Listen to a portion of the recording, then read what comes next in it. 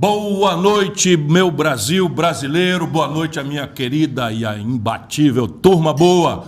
A minha, a sua, a nossa Ciro Games, a live do Cirão está de volta, ao vivo, live ao vivo, né? A gente pode misturar o alho com bugalho aqui, direto de Fortaleza, do nosso estúdio, depois do giro que nós fizemos semana passada pelos Estados Unidos. Foi uma agenda bem movimentada e produtiva, que está toda registrada nas nossas redes.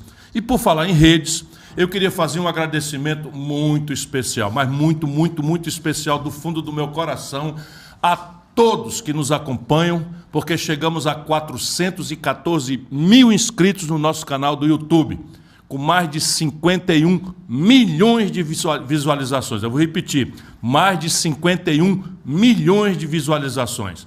Mas deixa eu dar aqui o meu boa noite, Gisele. Boa noite, Ciro. Boa noite, pessoal que nos acompanha de todo o Brasil. Deixa eu anunciar as nossas atrações de hoje, começando pela nossa convidada super especial, Leila Barros, a Leila do vôlei. E já vou avisando, quem só conhece a Leila como atleta super vitoriosa vai se surpreender. Ela tem uma história de vida incrível, que vai muito além das suas conquistas esportivas. Leila foi a primeira mulher a ser eleita senadora pelo Distrito Federal e agora é pré-candidata ao governo do mesmo Distrito Federal pelo PDT. O Ciro também vai responder mensagens e perguntas da audiência e fazer muitos reacts sobre os acontecimentos da política brasileira, porque assunto aqui é o que não falta, não é isso, Ciro?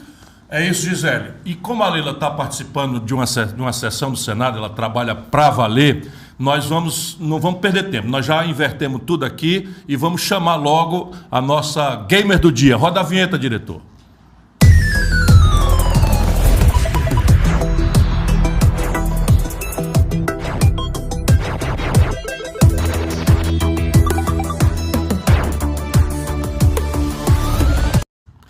Ontem eu tive uma imensa alegria, uma enorme satisfação de participar do lançamento da pré-candidatura da Leila ao governo do Distrito Federal. E hoje eu tenho a honra e o prazer de receber essa grande brasileira que brilhou nas quadras e agora brilha no cenário político da República sofrida do nosso país.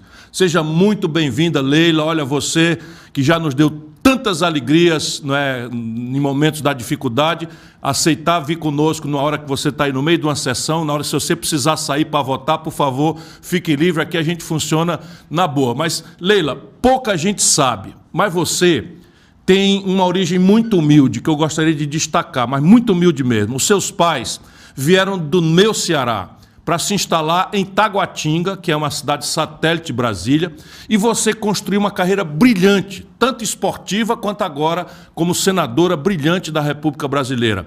E isso certamente lhe custou muito esforço. E eu, nesse programa, sempre faço questão, Leila, de pegar esses exemplos, porque o nosso povo está muito machucado, muito humilhado, muito sem perspectiva, especialmente os jovens. E assim, quando eu tenho um exemplo de superação, eu quero muito que esse exemplo de superação de uma pessoa que teve todas as dificuldades na origem e mesmo assim virou uma vitoriosa em todos os campos em que se meteu. Conta para o nosso povo como é que foi essa história de superação da Leila do vôlei, a nossa eterna campeã, se Deus quiser, futura governadora do Distrito Federal. Ciro, que prazer estar com você, com a Gisele, com todos que estão acompanhando seu programa, Ciro Games. Não foi uma caminhada fácil, como você falou. Sou de uma família, uma origem muito, muito simples, muito humilde. Meu pai era um mecânico, minha mãe uma dona de casa, ambos já não se encontram aqui entre nós. Meu pai estudou até a 3ª série, a minha mãe, ela não concluiu os últimos anos do ensino fundamental, mas assim, eram duas pessoas extremamente aguerridas, trabalhadoras. O meu pai sempre foi um exemplo de força, e a minha mãe, você conhece, né? Acho que toda mulher cearense, nordestina, é aquela mulher que cuida dos filhos com mão de aço, né? E a minha mãe, ela sempre me deixou sonhar. Eles vieram aqui para Brasília muito embalados daquele sonho de JK, né? Aquele sonho de vir para Brasília, de conquistar um pedaço de chão e daqui construir uma família. E foi embalado nesse sonho que eu e meu irmão Marcelo, nós nascemos ali em Taguatinga, E foi, assim, uma infância, graças a Deus, apesar de todas as dificuldades, uma infância boa. Tivemos acesso a uma boa educação, a escola pública, que era muito boa à época. Tive muito contato com o esporte, e ali a minha mãe, desde muito, né, de muito menina, minha mãe já percebia em mim. Eu lembro dela lavando, Ciro, a roupa no tanque, e eu não tinha bola de vôlei, eu não tinha uma bolinha, né? Então nós fazíamos a bolinha com a meia, uma meia preta, e eu lembro eu passando a meia por cima do varal e falava para minha mãe: Leila do vôlei, Leila do Brasil. Olha que loucura, né? Leila do Brasil. Maravilhosa. E a minha mãe lavando a roupa. Ô, minha filha, para de sonhar, você está em Taguatinga, cidade satélite de Brasília.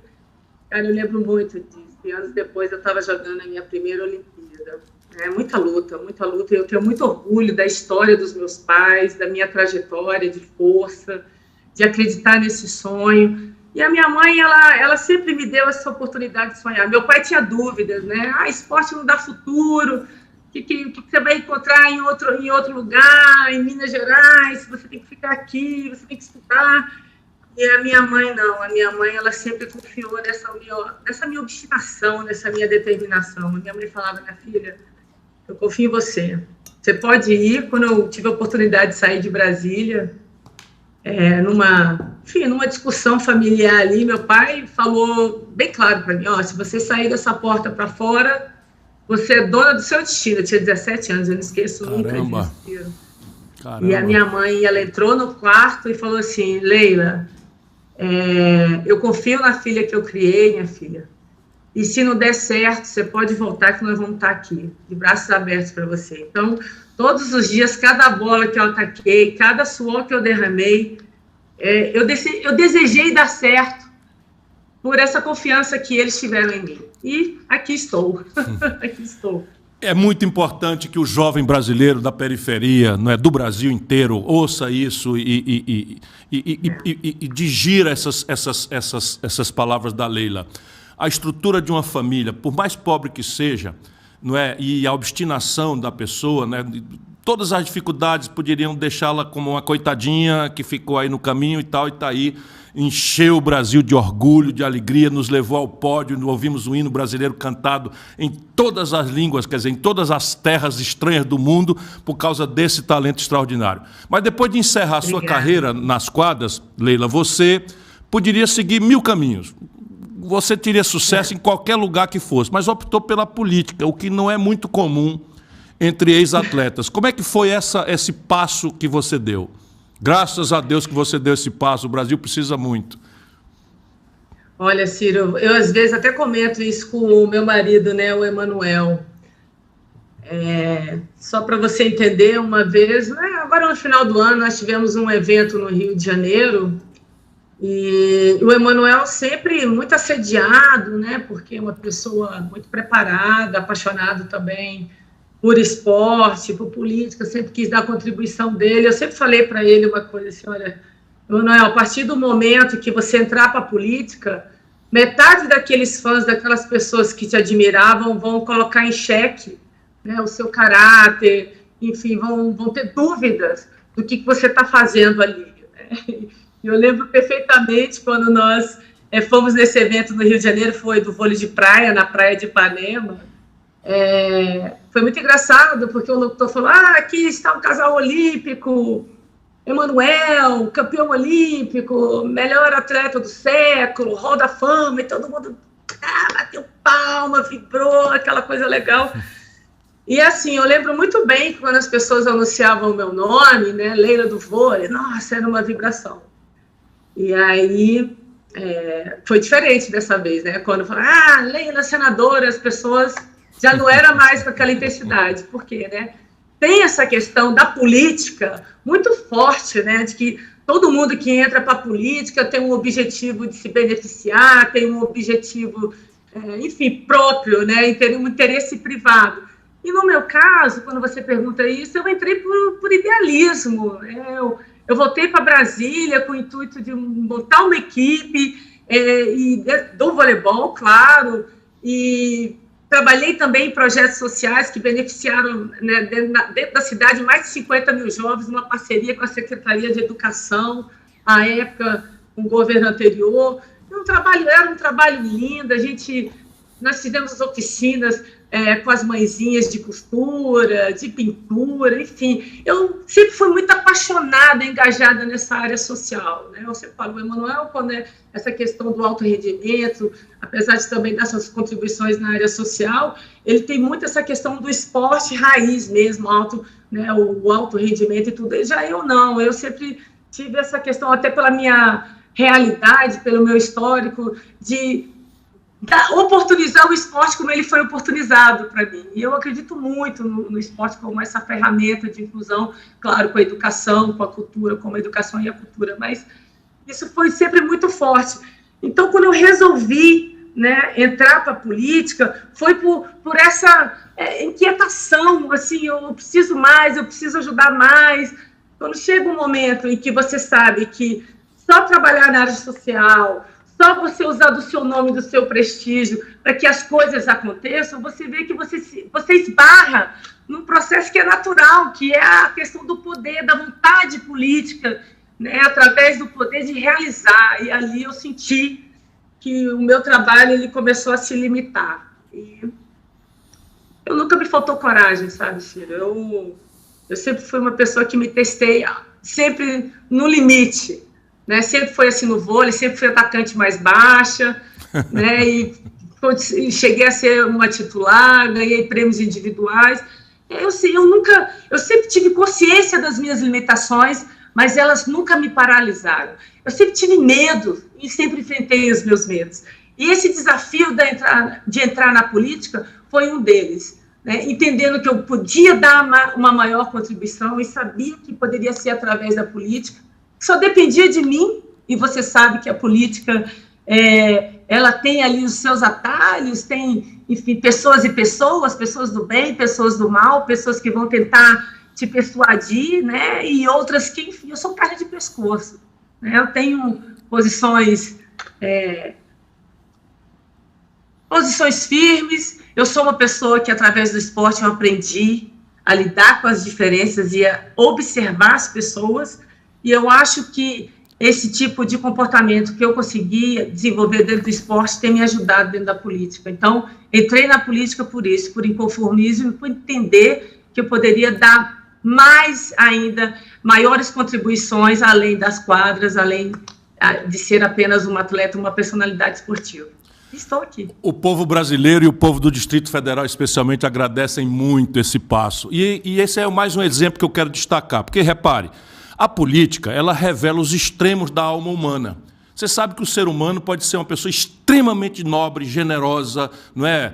Como o Papa Francisco. E o ser humano também pode ser uma pessoa muito má, muito degradada moralmente, muito egoísta, como os bandidos que infestam, infelizmente, a política, de onde deveria vir o bom exemplo. Cabe a nós separar o joio do trigo. Essa é a lição que a Bíblia dá. Mas dizer todo dia que o preço do feijão, o preço do ônibus, a condição da segurança, se a educação vai prestar, se não vai prestar, tudo é a política que resolve. Portanto, o remédio para má política não é se afastar da política, não é negar na política, é invadir a política. Bom, quem esperava a sua atuação no Senado fosse tímida, porque está chegando, alguma falta de experiência, ou que fosse se dedicar exclusivamente aos temas ligados ao esporte, deve ter se surpreendido muito, porque você tem uma presença muito forte na discussão de projetos ligados aos mais diversos assuntos. A proteção da mulher, você tem destaque nisso. Na questão do meio ambiente, que é um assunto absolutamente grave. Na questão da educação, você tomou um protagonismo. Não é? Ainda ontem o professor Israel, também do Distrito Federal, estava destacando. Não é? Enfim, tem muitos exemplos. Atuou como uma leoa na CPI, enfrentando os bandidos. Não é? Nos fale um pouco sobre essa sua atuação no Senado. Tem ambiente para você brilhar como brilhou nas quadras brasileiras, em todas essas dimensões de uma personalidade complexa e interessante, como você está se transformando na política?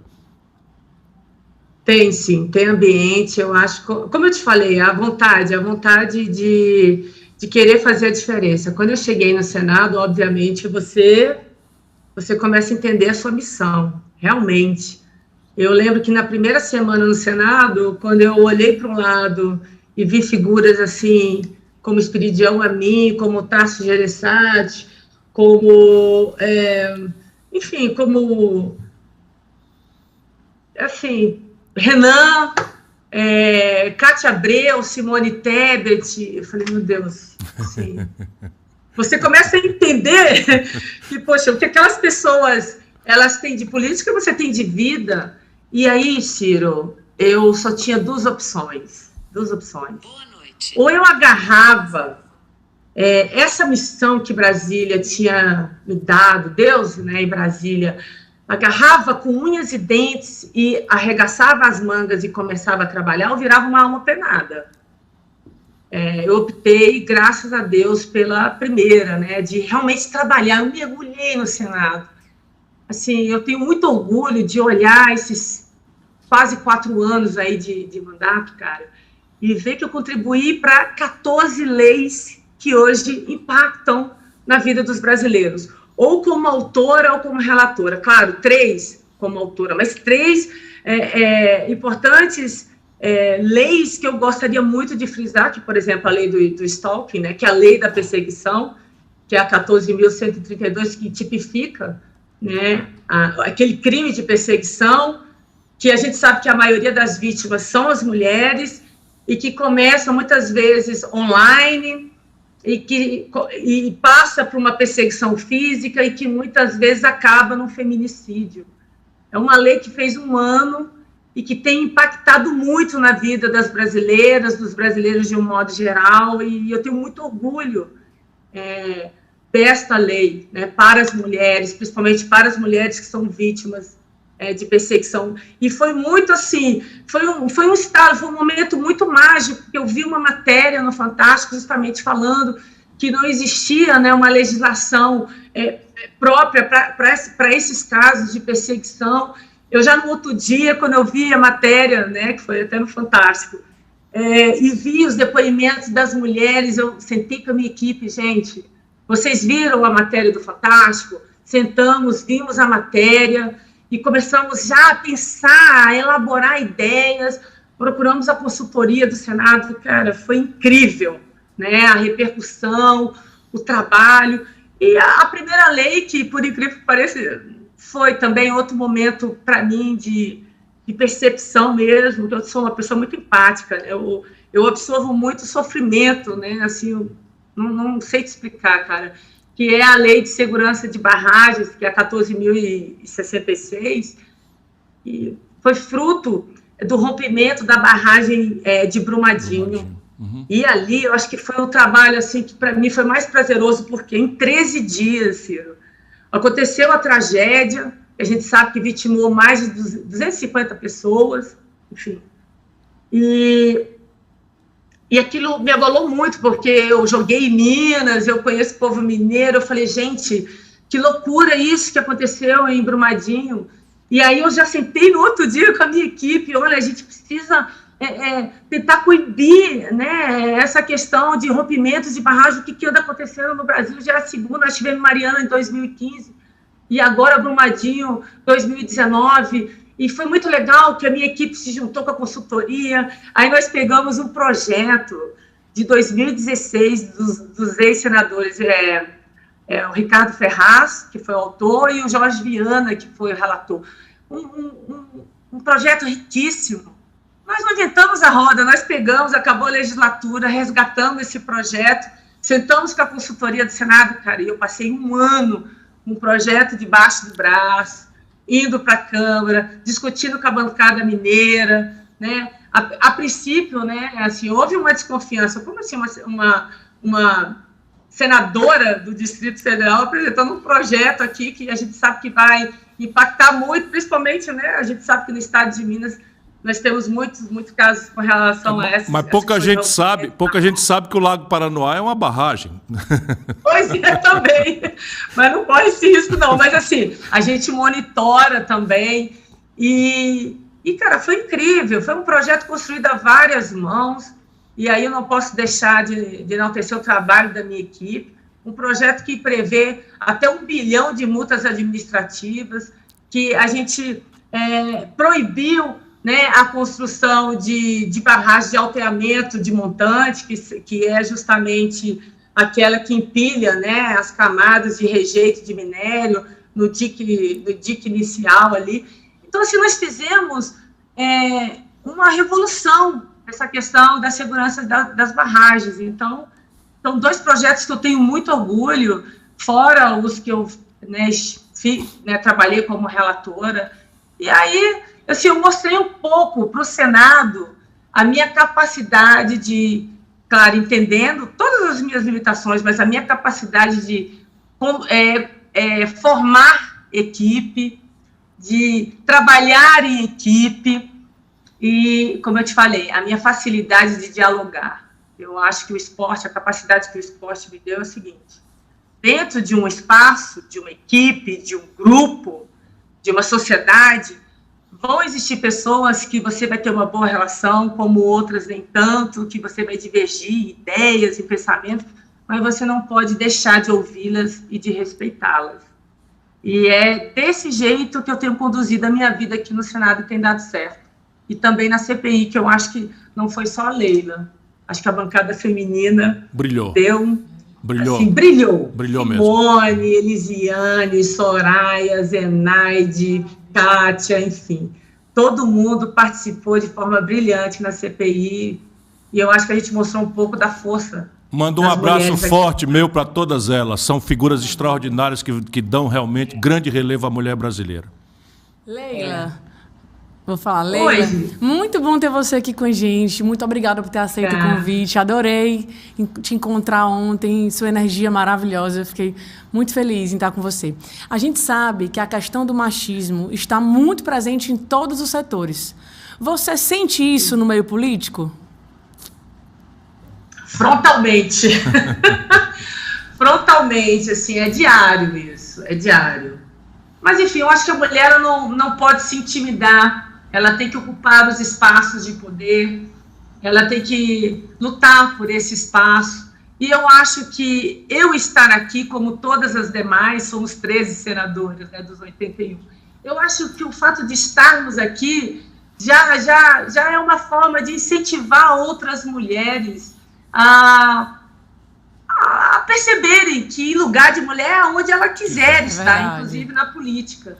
E tem sido, apesar das dificuldades, eu acho que vocês acompanharam isso na CPI, de muitas vezes eu ter que usar dos meus 1,79 m muitas vezes para me impor e aumentar um pouco, né, o tom da voz, porque é o seguinte: a mulher, quando ela é mais firme, ela às vezes tem que impor a voz ou gritar, ela é uma descontrolada.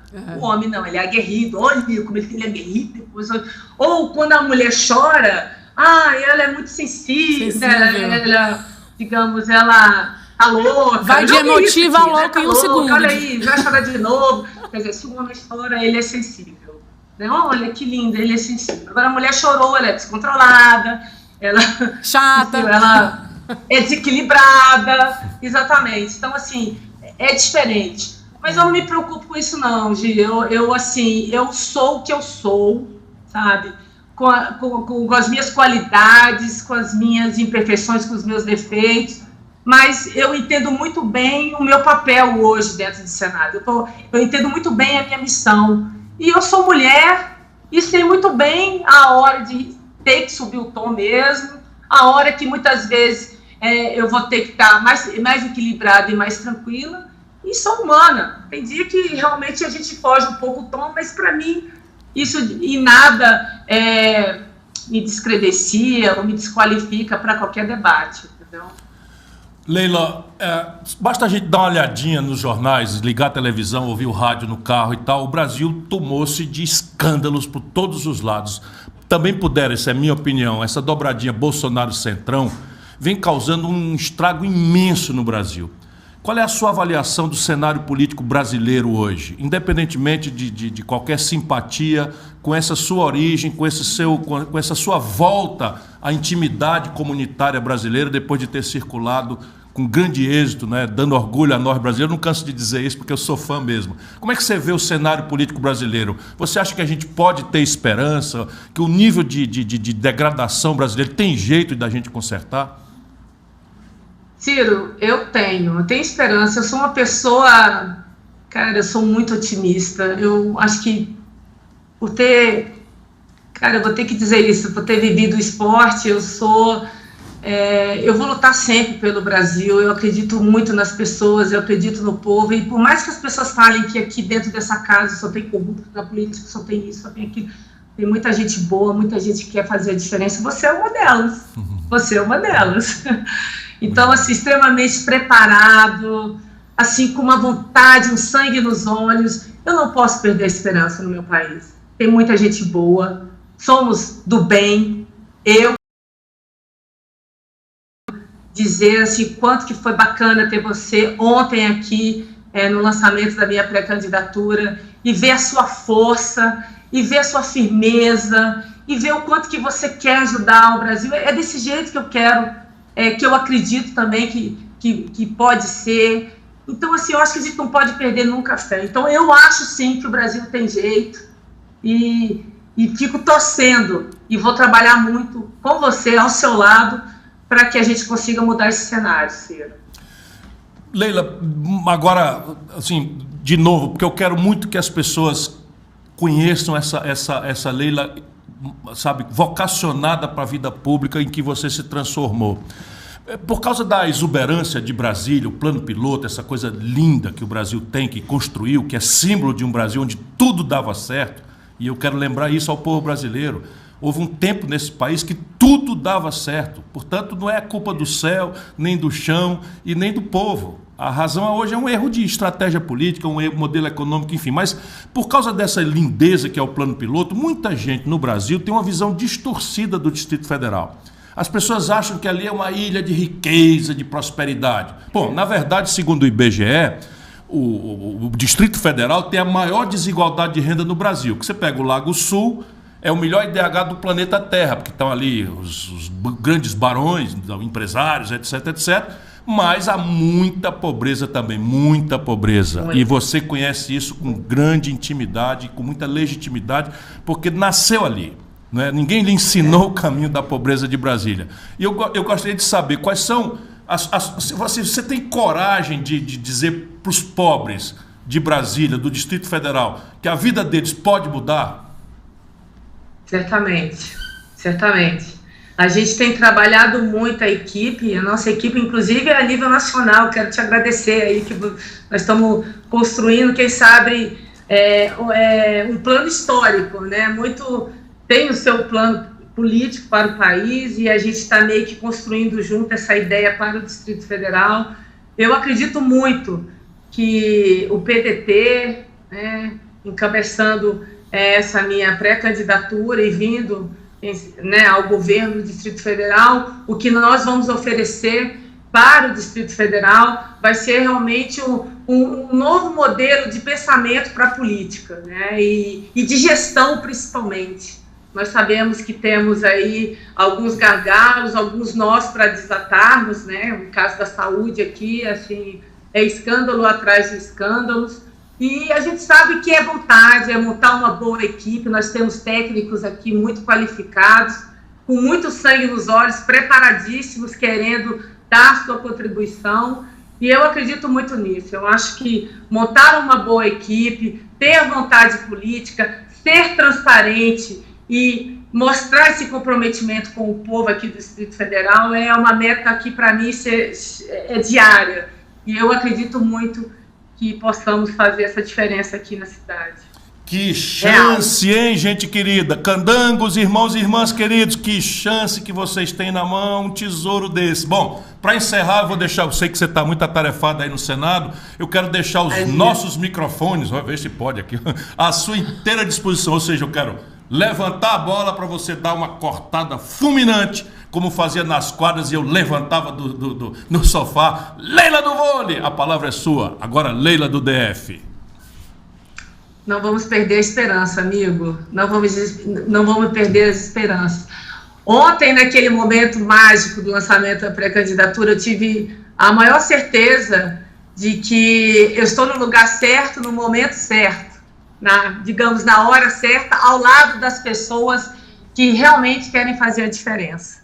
Então vamos trabalhar, né, Ciro? Isso, muito. Eu acho assim que a gente nem precisa dizer muito. Eu sou uma pessoa hoje que eu aprendi a ouvir mais, a observar e falar o mínimo possível. Eu sou uma pessoa de trabalho, eu sou meio que uma formiguinha.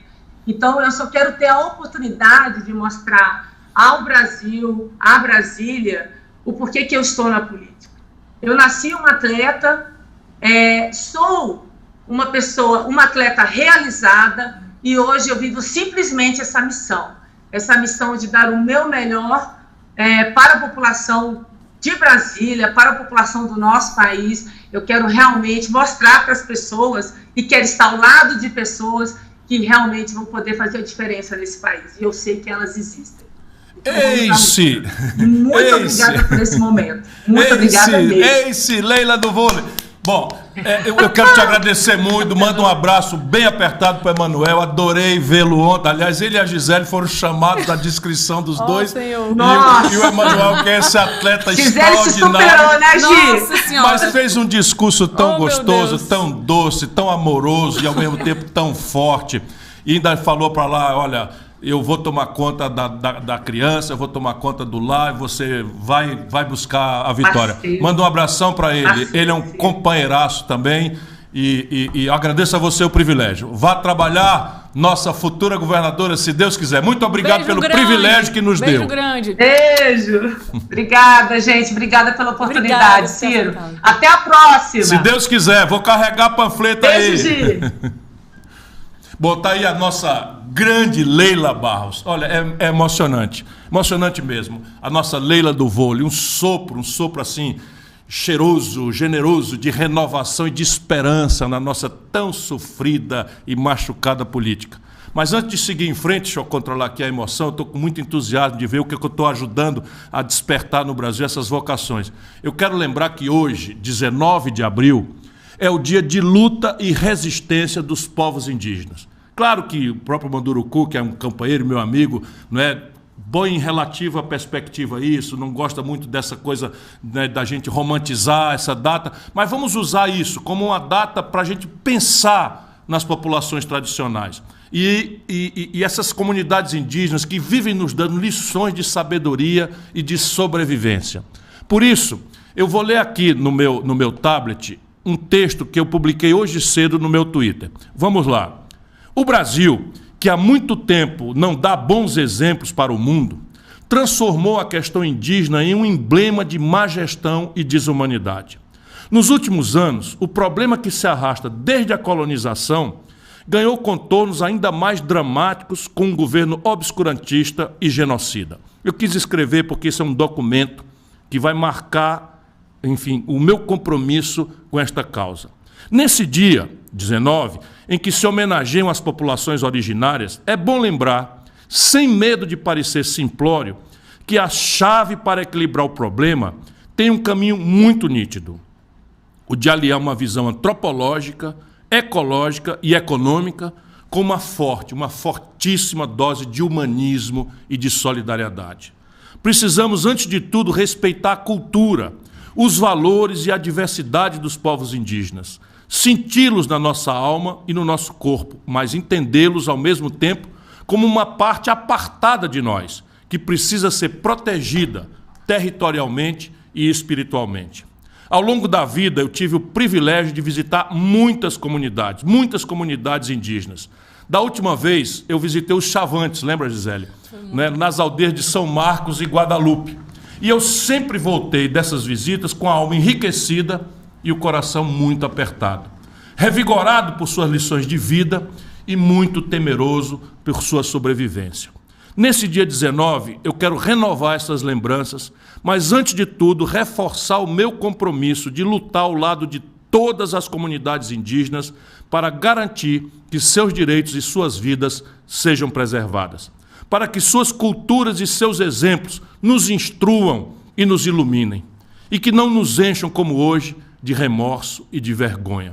Dito isso, eu passo a palavra para a minha querida Gisele, que, como toda mulher cearense, traz, repare bem, a beleza das que nasceram na terra de Iracema. Oxi, Ei, senti firmeza. Eu não escrevi isso no meu Twitter hoje, hein? Não, você é romântico, eu gostei. Muito obrigada pelas palavras. Então, eu gostaria de fazer uma homenagem especial às mulheres indígenas que, assim como as mulheres negras, sofreram e vêm sofrendo tantas violências e abusos. Mas sei que vocês são guerreiras e venceremos juntas esta luta. Muito bom, Gisele, muito bom mesmo. Eu aproveito para lembrar que a política, essa sujeira, mas ao mesmo tempo é a única ferramenta de mudança. É a principal arma dessa luta contra a injustiça. E sem querer puxar a sardinha para a nossa brasa, mas já puxando, eu lembro que o PDT, o meu partido, sempre foi um partido pioneiro e imbatível na defesa e na valorização dos povos indígenas. Cita aqui o exemplo do grande Mário Juruna, o primeiro deputado federal indígena do Brasil eleito pelo nosso partido, o primeiro índio eleito para a Câmara Federal por um partido político no Brasil, foi o PDT com Mário Juruna. Agora, nós temos 4 candidatos, e ainda vou procurar outros, a deputado... Sim, quando as convenções homologarem, pré-candidatos atualmente a deputado federal. Nós queremos fazer uma força, então, ao invés de um Juruna, o PDT vai apresentar 4. Atenção, anota aí. O Almir Suruí, em Rondônia, o Lúcio Chavante, no Mato Grosso, a Narúbia, o Herreria, em Tocantins, e o nosso amigo que eu já mencionei aqui, Daniel Munduruku, em São Paulo. O Daniel, aliás, esteve aqui conosco 3 semanas atrás, trazendo uma mensagem de muita sabedoria e beleza. Sabe aquela notícia de pertencimento? Isso ficou aqui, ecoou na minha cabeça, no meu coração, como uma expressão dessa sabedoria. Um grande abraço para você, meu irmão Daniel. Eu soube, aliás, que alguns dias eu estava fora do Brasil, você foi barrado, junto com outras lideranças indígenas, no evento da APIP. Que vergonha! Articulação dos povos indígenas do Brasil. Sabe qual foi a razão de barrarem o Daniel Munduruku? Um camarada que é absolutamente respeitado mundialmente. A única razão era que ele não reza pela cartilha petista. Minha total solidariedade a você e a todos os seus companheiros diante de mais esse absurdo. Essa mania podre que o PT tem, seu Luiz Inácio, de ficar cooptando as instituições e destruir o ambiente plural que deve orientar uma instituição da sociedade civil. Que vergonha, PIP. Façam uma reunião e avaliem essa vergonha que vocês produziram, barrando companheiros da sua comunidade, da sua etnia, só porque não rezam pela cartilha podre do lulopetismo corrupto. Gisele, é com você. Sinta nosso abraço, querido Daniel, e aos companheiros que estavam com ele lá no dia do evento. Bom, como a gente começou a live de hoje antecipando a conversa com a Leila, agora é hora do tema do dia. Roda a vinheta, diretor.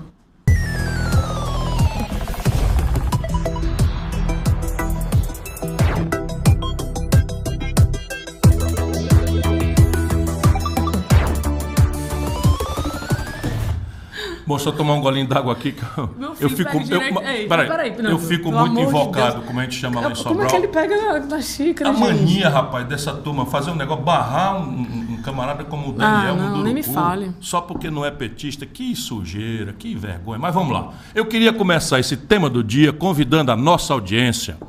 Você, meu irmão, você, minha irmã, eu rio para não chorar. Eu quero convidar vocês a escolher qual é a melhor definição do atual cenário político brasileiro. Esculhambação total, cinismo desvairado, tragédia grega, corrupção sem limites ou todas essas opções. O fato é que quando a gente acha que já chegou no fundo do poço, surge uma notícia que prova que não, que é possível afundar ainda mais. Como eu disse no Manhattan Connection, lá em Nova York, nós estamos nos transformando, na mão dessa gente, numa verdadeira república de bananas, onde todo tipo de absurdo é possível e relativizado.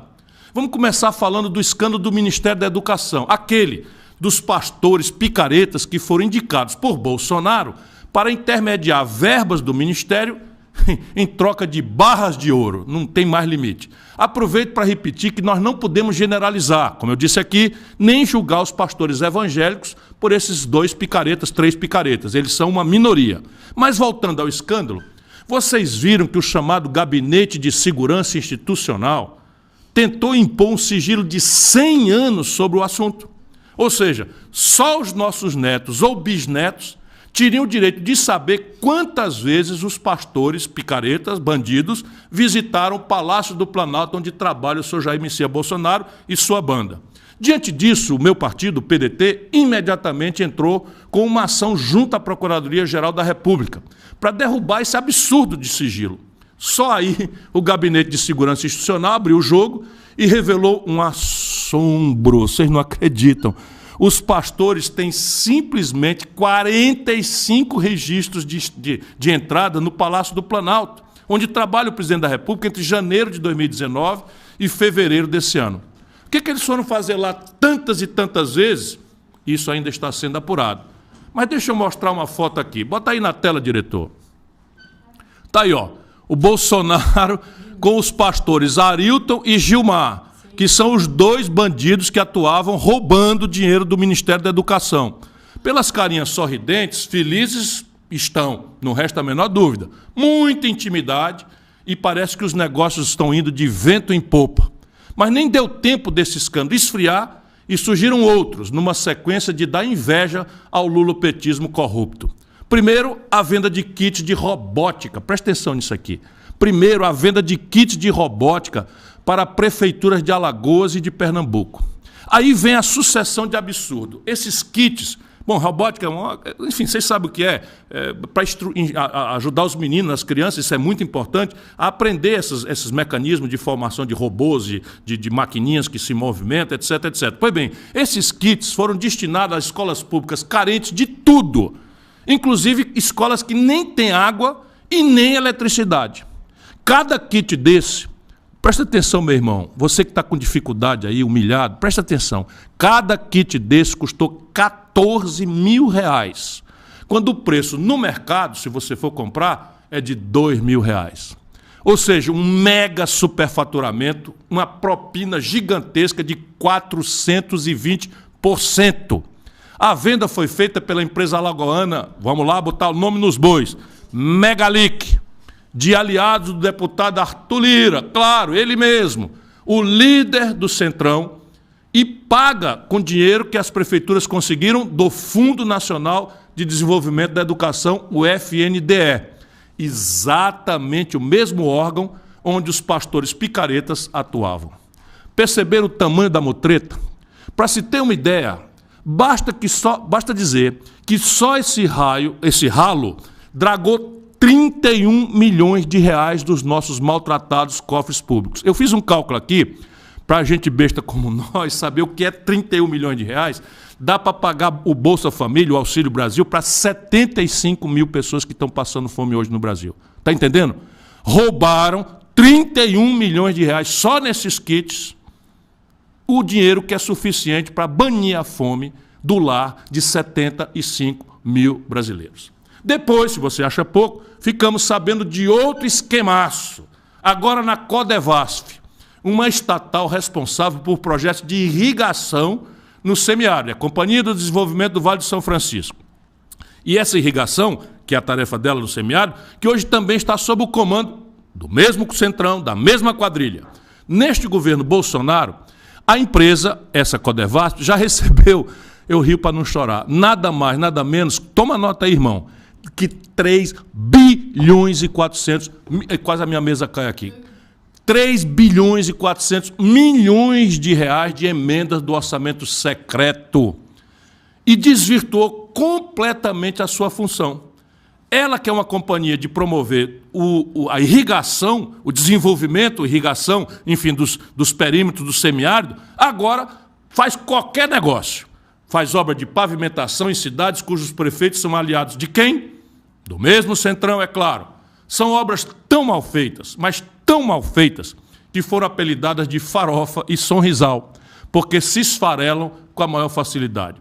Como se tragédia pouca fosse bobagem, terminamos a semana com a notícia chocante de que as nossas Forças Armadas estão gastando alguns milhões de reais, é tudo milhões, bilhões de reais, na compra de Viagra e próteses penianas. Isso mesmo que você ouviu. As Forças Armadas do Brasil, por quem nós devemos ter todo o respeito, porque um país que quer se afirmar soberanamente no ordem internacional precisa ter uma estratégia de defesa e precisa ter forças armadas profissionais e tal. Mas desse jeito, olha aqui, milhões de reais gastos com Viagra e próteses penianas, isso mesmo que você ouviu. E, claro, aqui também suspeita de superfaturamento vergonhoso. Olha aqui o exemplo que eu levantei. A Marinha está pagando R$ 3,65 por cada comprimido de Viagra. E o Exército, na mesma data, paga pelo mesmo comprimido R$ 1,50. Como eu disse no meu Twitter, a menos que eles estejam, isso é uma ironia, mas eu preciso fazer, a menos que eles estejam desenvolvendo alguma arma secreta capaz de revolucionar a indústria bélica internacional, é muito difícil justificar a compra superfaturada de 35 mil unidades de um remédio para disfunção erétil. O fato é que, sob Bolsonaro, as nossas Forças Armadas vão sofrendo o maior dano de imagem da sua história desde que eu me entendo por gente. Porque com o Bolsonaro é assim, um Midas ao contrário. Sabe o rei Midas, aquele que onde tocava virava ouro? O Bolsonaro onde toca vira M. É uma coisa absurda. Quer ver o exemplo mais recente? O discurso que o Bolsonaro fez hoje, no Dia do Exército. Ele, de novo, envolve as Forças Armadas numa ameaça velada às eleições e à democracia. Roda o vídeo, diretor. Não podemos jamais ter uma eleições no Brasil que sobre ela paire o manto da suspeição. E esse compromisso é de todos nós, presidente dos poderes, comandantes de força, aqui, obviamente, direcionado ao trabalho do senhor ministro da Defesa. Todos nós somos importantes, todos nós somos agentes desse processo. É muito constrangedor ter um cidadão com esta desqualificação moral, não é, presidindo um país por quem eu tenho tanto amor, tanta paixão, e a gente precisa todo dia pensar o que aconteceu conosco para uma figura deletéria como esse Bolsonaro estar na presidência do Brasil. O que as Forças Armadas têm a ver com a eleição, Bolsonaro? Essa ameaça você vai fazer para suas, sabe, para suas, sei lá o quê. Eu tenho muita vontade, mas eu tenho que manter o nível em respeito à audiência. Quem ganhar a eleição, Bolsonaro, vai tomar posse. E eu vou te derrotar, vagabundo. Você vai pagar todas as penas que tem que pagar pelo genocídio que produziu, e esse tipo de ameaça só serve para uma coisa, para estimular essa meia dúzia de bandidos fanáticos que lhe cercam. Mas não haverá nada no Brasil que não seja aquilo que a Constituição mandar. Isto eu juro, porque eu, como muitos outros, estamos dispostos a fazer o que for necessário para garantir que de onde nós estamos, o Brasil só vai melhorar. Nunca mais ditadura, seu vagabundo. Bom, agora vamos esperar pelas novas ameaças à democracia e pelos novos escândalos que vão pipocar nos próximos dias. Governo corrupto. Porque, olha, com essa dobradinha Bolsonaro-Centrão, a gente pode esperar de tudo e mais um pouco. Mas vamos mostrar o outro lado da mesma moeda. Deixa eu mostrar uma notícia que saiu ontem. Diretor, mostra na tela, por favor. Bom, Manteiga diz que Banco Central de Bolsonaro... Manteiga todo mundo sabe quem é, né? É o cara que faz a concepção econômica do Lula e do PT. Ministro do Lula da Fazenda, ministro da Dilma da Fazenda. Então, o Guido Manteiga, ministro do Lula, do PT e da Dilma, diz que o Banco Central de Bolsonaro é melhor do que o de Lula em almoço com empresários. Eu queria saber se a vergonha é uma mercadoria que acabou nesse país. Veja, eu sou um velho crítico do Banco Central brasileiro, mas não é por causa do Meirelles, que administrou um modelo com muita eficiência, que foi o presidente do Banco Central do Lula. Administrou um modelo errado, hostil à produção brasileira, hostil ao trabalho, um modelo completamente estúpido contra o qual eu venho me batendo há muitos anos. Eu rompi com o PSDB, que eu ajudei a fundar aqui no Ceará, por conta do Fernando Henrique ter adotado esse modelo e me afastei de uma vez por todas do PT para nunca mais andar com esta quadrilha, porque estão destruindo a economia do Brasil. Essa crise que está aí não foi produzida pelo Bolsonaro, que está agravando tudo, foi produzida por este tipo de comportamento do PT, que reproduziu o mesmo modelo econômico e o mesmo modelo de governança política, onde a corrupção e a ladroeira viraram um elemento central do modelo de poder de então do Lula, de então da Dilma e hoje do Lula, que essa semana jantou na casa do Eunício Oliveira junto com o Renan Calheiros. Ô, senador Randolph, não dá para ficar pedindo assinatura de CPI para apurar esculhambação e roubalheira no MEC e ir jantar na casa do Eunício Oliveira. Fica assim meio confuso para nós que somos seus amigos. Enfim, mas veja, eles agora entraram com uma coisa aí, mas eu ainda quero ficar aqui no comentário, né, da política econômica. Olha o que a política econômica do Lula produziu. Bota aí agora na tela. Saiu ontem. Dos 10 bancos mais rentáveis do mundo, 4 são brasileiros. Por mais amor que nós temos ao nosso país, meu irmão, minha irmã, brasileiros, o Brasil é um país subdesenvolvido. Sabe, o Brasil é um país muito atrasado em relação à Europa, em relação ao Oriente industrializado, China, Japão, Coreia do Sul, não é? E o Brasil é muito atrasado em relação aos Estados Unidos. Mas sai um ranking internacional dos 10 bancos mais rentáveis do mundo, 4 estão no Brasil. Isso é o que o seu Guido Mantega e o seu Lula produziram. Isso não é o Bolsonaro está agravando, volto a dizer. O Lula concentrou na mão de 5 bancos 85% de todas as transações financeiras do país. O Lula e o Fernando Henrique acabaram com o imposto sobre os lucros e dividendos que eu cobrei quando eu fui ministro da Fazenda. E estão insistindo na mesma política econômica e, para mim, fica assim, absolutamente chocante. Ô, Guilherme Boulos, meu irmão, como é que fica o PSOL, socialismo e liberdade? O Juliano agora devia lavar a boca para falar desse estadista que é meu amigo Aldo Rebelo, chamar um cara como Aldo Rebelo de fascista, um garoto à toa como o Juliano. Qual é a explicação? Qual é a explicação para o PSOL defender isto? Que o Banco Central do Bolsonaro vai permanecer no governo que vocês estão querendo construir? Que o Bolsonaro tem um presidente, uma direção do Banco Central melhor do que a do PT? Aqui para nós. É verdade, sabia? É verdade. Com o Lula e a Dilma, os juros foram sempre muito acima dos juros que o atual presidente do Banco Central falou. Minha condenação não é a isso, minha condenação é o sistema, é o modelo. Porque com esta política de juro alto, em plena depressão econômica e de manipulação da taxa de câmbio, eles destruíram a indústria nacional brasileira. O Lula destruiu a indústria do Brasil. O Brasil tinha 1/3 da sua riqueza tirada da indústria. E sabe, a indústria que dá os melhores empregos, paga os melhores salários. Alô, CUT! Alô, CUT! Como é que é, CUT? Central Única dos Trabalhadores, tudo dizendo amém. Vocês vão querer a mesma política que destruiu, que a Ford foi embora, a Sony foi embora. Essa é a política. E vocês tudo aí dizendo amém. Bando de pelego, tenham vergonha na cara. É isso, assim, aqui vai ser assim agora. Vai ser assim agora. Vai barrar companheiro em reunião de indígena até a hora que eu tomar notícia. Cada vez que você fizer isso, o seu Lula, como eu lhe disse pessoalmente, será respondido a você. Bando de pessoas que não têm escrúpulo. Elogiar e se comprometer de manter o centro da política econômica do Bolsonaro e ainda trazer PCdoB, PSOL, para dentro dessa política malsã. O Brasil está doente. E boa parte dessa doença é essa gente de esquerda de goela, que não tem compromisso com o povo e que tem a decência relativizada. A única corrupção que incomoda essa gente é a dos outros. Porque se for a da turma deles, fica tudo calado. Não, seu Juliano. Seu Juliano, respeita o Aldo Rebelo. Respeita o Aldo Rebelo. Vá aprender a cozinhar, vá aprender a andar, tirar os coeiros da bunda, para falar mal de um homem com a estatura moral e política de Aldo Rebelo, que será, se Deus quiser, senador por São Paulo. Entra aí para concorrer com ele, ignorante.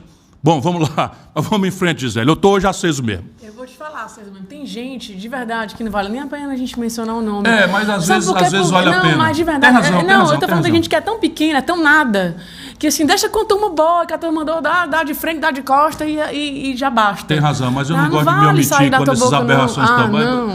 Juliano, você está enterrando uma boa ideia. Está na hora de falar de coisa boa, vamos lá. O PSOL já chegou a tirar quase 15% dos votos do Brasil com a Luísa Helena. Enfim, com os candidatos, vocês agora tiraram menos de 1% por causa desse comportamento vergonhoso. Respeita, rapaz. Bora lá. Menino, pelo amor de Deus, chegou boa, que tá, viu? Eu tô mesmo. Ah, meu Deus, mas tá na hora de falar de coisa boa mesmo. No caso, agora, é o novo clipe que estreou ontem nas redes. O clipe é muito bom. Tá na hora de você olhar pro Ciro. Mas todo mundo já está chamando de pagode do Cirão. Cirão. É um sucesso total, gente. A gente não podia perder essa oportunidade de passar aqui para você e comentar na nossa live. É o chamado react positivo. Pronto, não queria dizer que agora... Tá bom, vamos ouvir um pagode aí agora. Ai, meu Deus do céu. Ah, rapaz, você sabe, Gisele, eu acho que você Fala. tem toda a razão, mas eu não seria eu mesmo, sabe? Se eu permitisse que essa impostura ficasse se repetindo como se o povo brasileiro fosse uma massa de imbecis.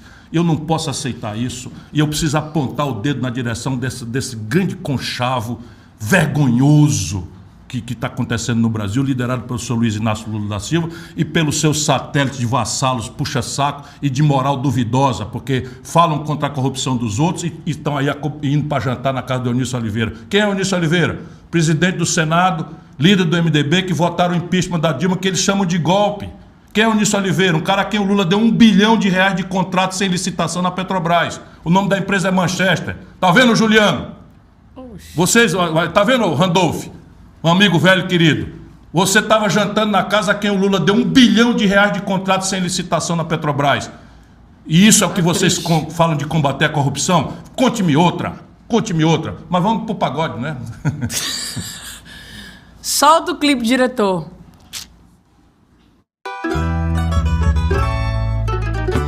Tá cansado dos mesmos de sempre, de seguir no mesmo cheiro. Tá na hora de você olhar pro Ciro. Tá cansado dos mesmos de sempre, de seguir o mesmo giro. Tá na hora de você olhar pro Ciro. Saber que um rouba, mas faz. E o outro, esse rouba sem fazer. Isso você não vai querer. No pé dá um tremendo tiro. Então, agora tenha certeza, tá na hora de olhar pro Ciro. Agora tenha certeza, tá na hora de olhar pro Ciro. Não preciso falar mal, nem forçar sua decisão, mas sei que a dúvida aumenta quando chega a eleição. Por isso preste atenção, não é só porque eu prefiro, mas já tá na hora de você olhar pro Ciro. Já tá na hora de você olhar pro Ciro. Olha pro Ciro aí, gente. Ah, é muito bom, é muito bom. É isso, sabe? Tá bem resumido na linguagem gostosa do nosso samba, do nosso pagode, né? Cantado com a expressão mais linda do que pode acontecer na cultura popular brasileira, mas é um manifesto, irmão. É um manifesto. O Brasil não aguenta mais isso. Você sabe, não é razoável. Não é razoável. A uma altura dessa, voltando aqui, mas sem querer voltar, mas não é razoável que a gente faça de conta que não aconteceu nada no Brasil, que o Bolsonaro desceu de Marte, por acaso chegou no Brasil. Bolsonaro é produto dessa impostura. Sabe, o Bolsonaro é produto da falta de escrúpulo do senhor Luiz Inácio Lula da Silva, que botou a Dilma sem nenhuma experiência para poder continuar mandando e depois conspirou para derrubar a Dilma. Anuncia para todo mundo que é golpe. Uma companheira nossa perdeu o olho numa manifestação, eu me demiti, fui para a rua brigar e agora está agarrada aí com os golpistas. Que é isso? Depois não entendem por que o povo brasileiro está tomando nojo da política, por que a nossa juventude não quer nem se inscrever para votar. Mas a gente não pode reagir assim. Isso é o que eles querem. Esse magote de conchavista. Porra, o Boulos entrava no debate comigo e o Alckmin, mas assim, Alckmin, cadê o dinheiro da merenda? E agora, quer dizer, o Alckmin é um socialista. Isso tudo é, sabe, é uma coisa que choca. Choca mesmo. O Alckmin assinou uma ficha de se declarando a favor do socialismo. Que é isso? Isso tudo é estelionato, isso tudo é conchavo, é um virada paulista, quer dizer, um virada paulista que a gente tem que denunciar. Pouco me importa. A Gisele cuida de mim aqui, todo mundo. Mas, francamente, meu irmão, sabe, se for para vender a alma, sabe, vender o Brasil para banqueirada, 4 bancos entre os 10 mais rentáveis do mundo, o Banco Central do Bolsonaro vai permanecer. Então escolham eles aí, percebe? Mas eu, pelo amor de Deus, peço a vocês, não faça isso. Está na hora de você olhar para o Ciro. Mas não é para mim, não. Olha para a nossa ideia, olha para o nosso projeto, olha para a nossa proposta. Olha o que eu andei fazendo a minha vida inteira. Olha no meu olho o nível de compromisso e de paixão que eu tenho por esse país, por essa nação a quem eu dei a minha vida. Bom, o pagode está muito legal. Muito O pagode foi muito bom. Vou te dizer, acho que você tem que falar mesmo. Eu não acho, eu tô falando de algumas certas pessoas. Algumas coisas que eu acho que não vale a pena. Eu entendo, mas assim, eu tenho a humildade, porque a gente tem que escolher as pessoas e respeitá-las. Eu já fui almoçar na casa do Juliano umas 2 ou 3 vezes. Como é que pode? Percebe? Tá bom, falei de novo. Mas eu acho que é só isso. Eu acho que fala para você falar. Ele é presidente de um cresce em cima de você. De um partido que tem socialismo como bandeira, que nasceu, vou dizer para vocês, eu vi o pessoal nascendo. O pessoal nasceu, Gisele, sabe da onde? De uma costela do PT. Quando o Lula começou a governar, naquela hora crítica, eles foram embora, criaram um movimento a costela esquerda do PT, denunciando corrupção do governo Lula, denunciando o conservadorismo do governo Lula. E agora que o Lula virou essa podridão notória, que o mundo inteiro sabe, os caras vêm agora, mas tudo bem, que faça o que quiser. Mas vamos respeitar as outras pessoas, né? Ficar entupindo o povo com esse papo furado, chamar o Aldo Rebelo. Pô, o Aldo Rebelo é um estadista. É um estadista, francamente é um estadista, inquieto. Agora, sabe tudo da República Brasileira, foi ministro da Defesa, ministro da Articulação Política, ministro do Esporte, ministro não sei de quê, presidente da Câmara, sabe? E aí fica essa leviandade, porque o Aldo Rebelo não aceitou entrar nesse conchavo vergonhoso. Vamos para vocês, vamos comer no coxo aí da ladroeira, fazendo de conta, fazendo discurso moralista. Tem vergonha na cara, rapaz. Bom, vamos lá. Ele está incomodando, né? Não, me incomoda é a impostura. Não, falando que o Aldo está incomodando, porque se não tivesse, ninguém estava falando claro. nele. Enfim. Vou ler aqui alguns comentários que nós selecionamos pelo Twitter. Elza Mendonça. Oba! Elza Mendonça tá no Twitter. Tá no Twitter. Peraí, tá. Só um minuto que eu virei aqui tudo, gente. Peraí, só um minuto. Calma. Não, tá tranquilo. Só porque eu virei, aí sumiu. Foi aniversário dela essa semana. Procura aí. A gente fez até um... A Elza é a minha militante modelo pernambucana de 4 costados. Gente querida. Achou? Achei. O melhor projeto e os melhores clipes a gente vê por aqui. Só tem uma saída para esse país poder construir outra história. Agora é Ciro presidente. Vamos ver se é o plano de Deus. Eu peço todo dia que Deus ilumine a minha palavra, sabe? Me dê serenidade sem perder a indignação, porque esse país não aguenta mais tanta impostura. Obrigado, minha irmã, pelo seu estímulo de todo dia. Tony Vitorino, pelo Facebook. Os mais chegados sabem que eu adoro samba e essa peça aqui me pegou em cheio de tão boa e chiclete que fica na cabeça. Grande Tony, obrigado e parabéns aí aos meus amigos da equipe que fizeram esse pagode do Cirão. Eu também gostei muito. Fiquei batucando aqui e dançando, né? Tatiana Lopes, pelo Instagram. Isso que o Brasil quer ver. Brasil, adorei o pagode do Ciro.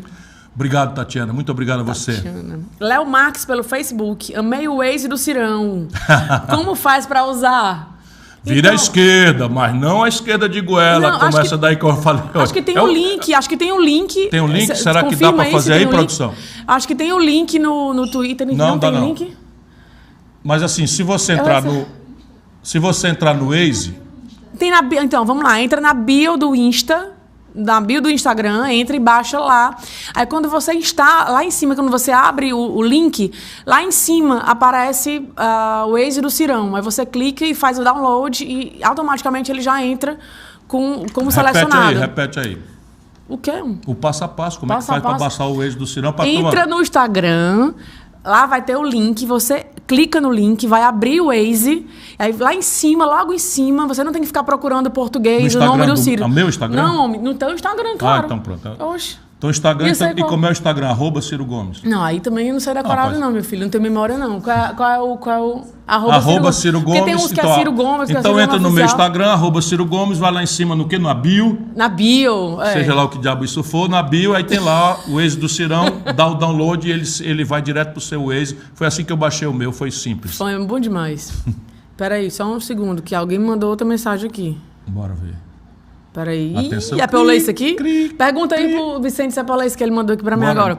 Vamos lá, agora o Kátia Luiza, pelo Facebook. Não entendi isso de demitir o presidente do Banco Central no primeiro dia de mandato. Por quê? Porque nós precisamos mudar o modelo econômico. Não é nada pessoal contra ninguém. Por isso que eu falei que nós somos cavalheiros e eu vou convidá-los a pedirem demissão. Deixa eu explicar para vocês. Sabe esse Lira? Esse que eu mostrei aí que está... mandando ver e tal, que é o chefão da quadrilha aí do Bolsonaro, na operação do Centrão e de toda a ladroeira do Brasil, Ele votou na surdina, sem discutir com ninguém, numa hora que o país estava numa crise da pandemia muito violenta, o nosso povo passando todo tipo de dificuldade, ninguém falou nada no jornal, ele foi lá e votou um negócio que é o seguinte: qualquer presidente que se eleger está obrigado, pela lei que esse Lira votou, a ficar com a direção do Banco Central que o Bolsonaro nomeou. Você imagina, eu eleito presidente da República, se for essa vontade do povo brasileiro, pela bênção de Deus, e é só nessa condição que eu quero ir, não vou vender a alma para ser presidente, eu vou ter que ficar 3 anos com o meu projeto inteiro, sem poder ser executado, porque uma peça-chave do modelo econômico que nós precisamos mudar, que controla a taxa de juros, que, por exemplo, deixa eu dizer para vocês, hoje no Brasil, 72 de cada 100 famílias estão super endividadas. 63 milhões e 700 mil pessoas no Brasil estão com o nome sujo no SPC. E não é porque o povo brasileiro é desonesto e não paga as contas, não. É porque a política de juros é absolutamente criminosa. Eu mostrei para vocês onde é que vai parar o dinheiro que falta para tudo. Foi parar no balanço, vai parar todos os anos no balanço dos bancos. E esse Banco Central está entregue a isso. Ele frauda a política de juros. Você veja agora, a inflação nos Estados Unidos é a maior dos últimos 20 anos. O juro lá é 0. Os juros comparado com a inflação é negativo.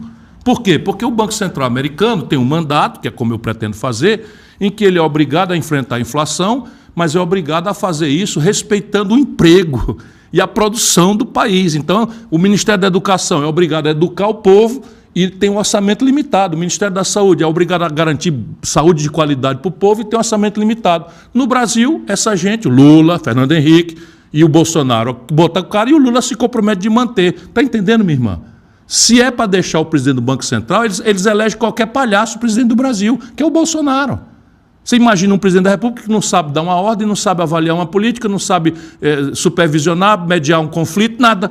E anuncia candidamente, como se fosse um sintoma de identidade com o povo, que quem entende de economia é o Paulo Guedes. E aí, resultado, o Brasil numa depressão de 10 anos, faz 10 anos que o nosso país não cresce.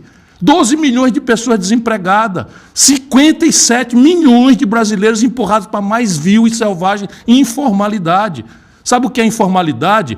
33 milhões de brasileiros estão ganhando menos do que o salário mínimo, que é o pior da América, só perde para a Venezuela. Tudo isso é um modelo econômico. E o modelo econômico cuja peça central é o Banco Central. Então os caras querem que a democracia brasileira vá perdendo energia de maneira que eles controlem o que interessa. Comigo não, violão. Se o povo brasileiro me eleger, esse modelo econômico vai mudar. E o Banco Central será trazido para perseguir a menor inflação, como eu fiz quando fui ministro da Fazenda. Eu entreguei a inflação perto de 0, porém a pleno emprego.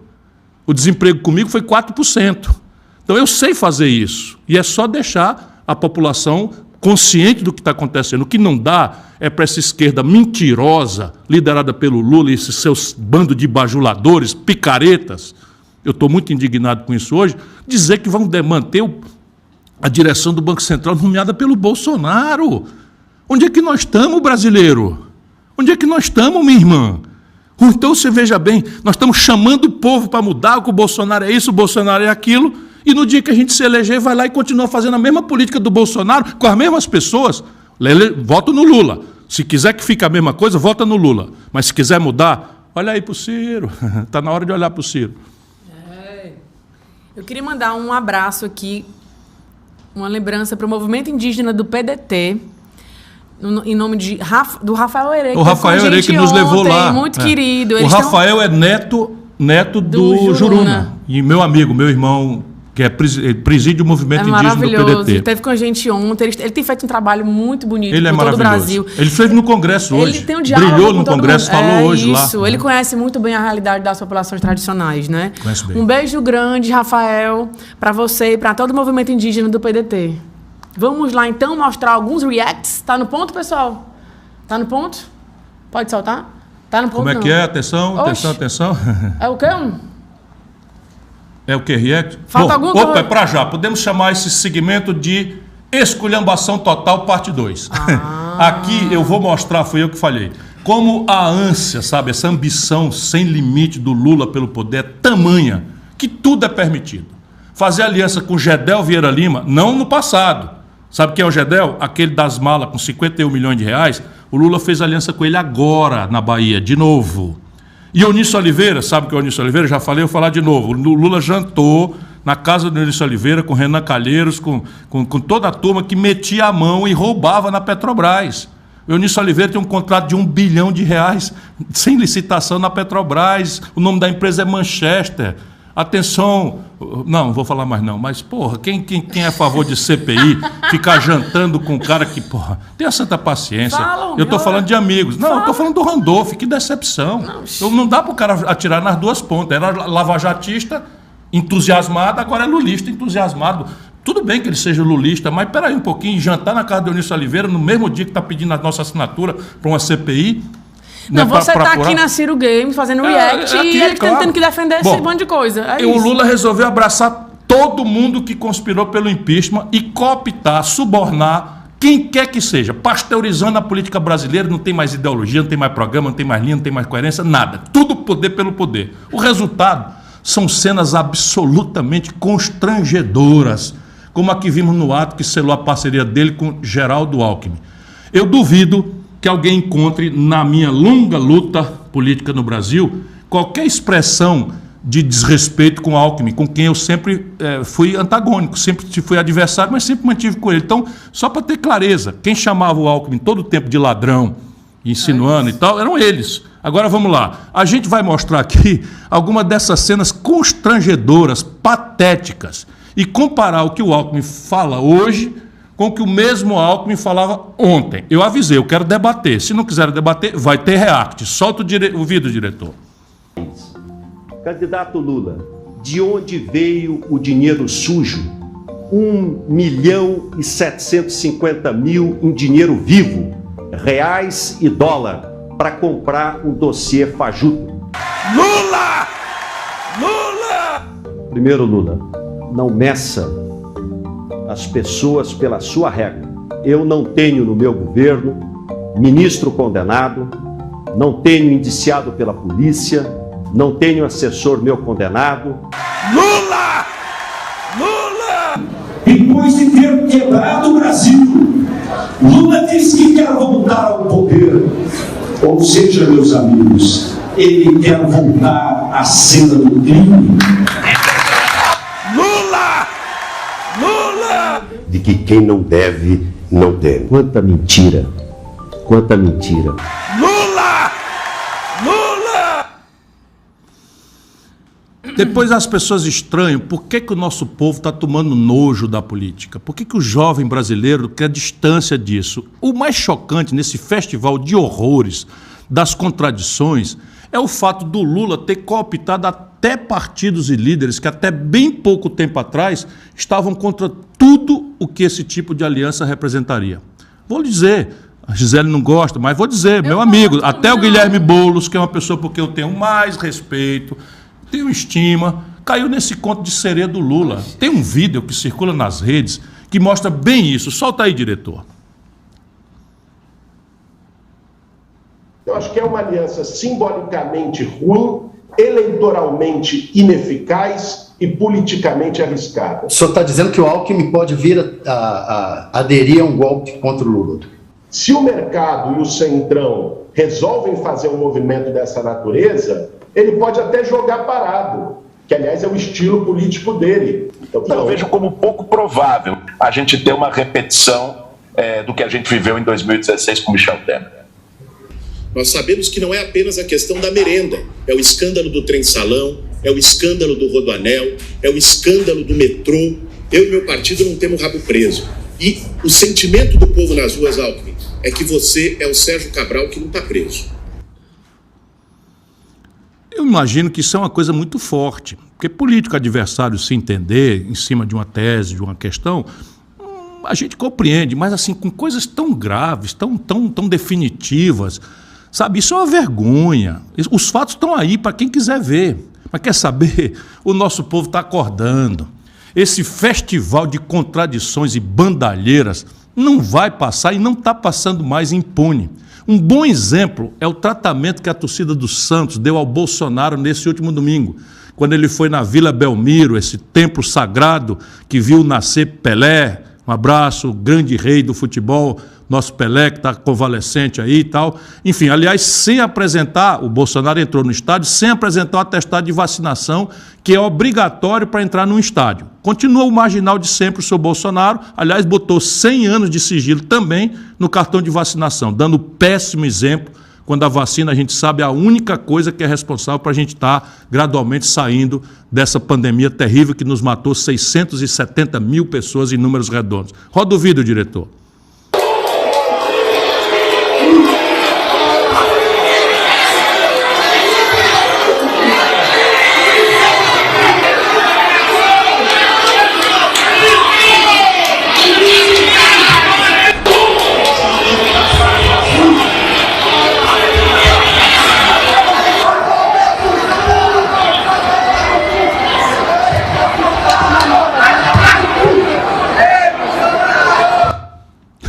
Bom, sem comentários, as imagens e o áudio já dizem tudo.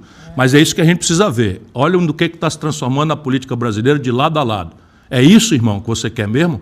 Ficar obrigado a escolher entre uma coisa e outra? Tenha santa paciência, o nosso país não aguenta mais isso. Estou gostando dessa live de hoje, está bem animada, do jeito que eu gosto. Né? Então, para encerrar, mais um vídeo inédito dele, nosso grande cartunista tímido. Tá no ponto já? Bota na tela então, diretor. Quero apresentar o meu mais novo companheiro, o novo Robin. Robin.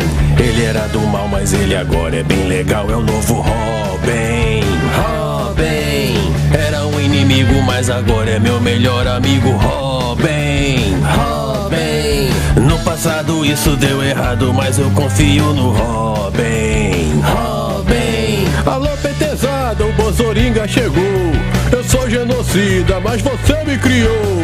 Santa palhaçada, Lulatman, como iremos resolver esse problema? Muito simples, jovem. Como eu sempre resolvo tudo, na base da cerveja. E se não for na primeira, é na segunda. E se não for na segunda, é na terceira. E se não for na terceira, é na quarta. Ai, graças a Deus, quero guardar alguns pra mais tarde. Mas o que significa isso? Robin, você me traiu. Finalmente agora Gotham City será minha. Sua? Ora, você não está esquecendo de nada? Quer dizer, nossa, primeiro Robin, se não fosse por suas dicas, eu nunca imaginaria que ele iria cair nessa de novo.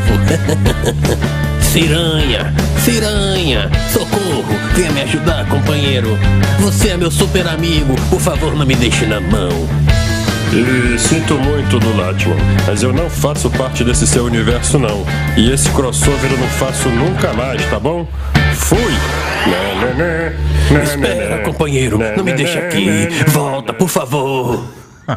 Esse crossover eu não faço nunca mais, boa, não vai mesmo. É, mas não faço mesmo. Não há a menor força, nem a maior força que me faça andar com essa quadrilha de novo. Nunca mais. Gente, foi muito bom voltar aqui. Tá em casa de novo, né? No estúdio. Tá em casa, tá no Brasil. Tá né? no Viajar Brasil. É bom, mas voltar para casa e me agarrar na luta. Eu acho que parte da energia que eu mostrei hoje aqui é porque eu estou muito, muito, muito indignado, mas a minha indignação se transforma nisso. Luta, força, energia. E é isso que vai mudar o Brasil. Foi muito bom a gente fazer essa live aqui. Muito obrigada pelo carinho e até a próxima terça. Terça-feira estamos aqui juntos.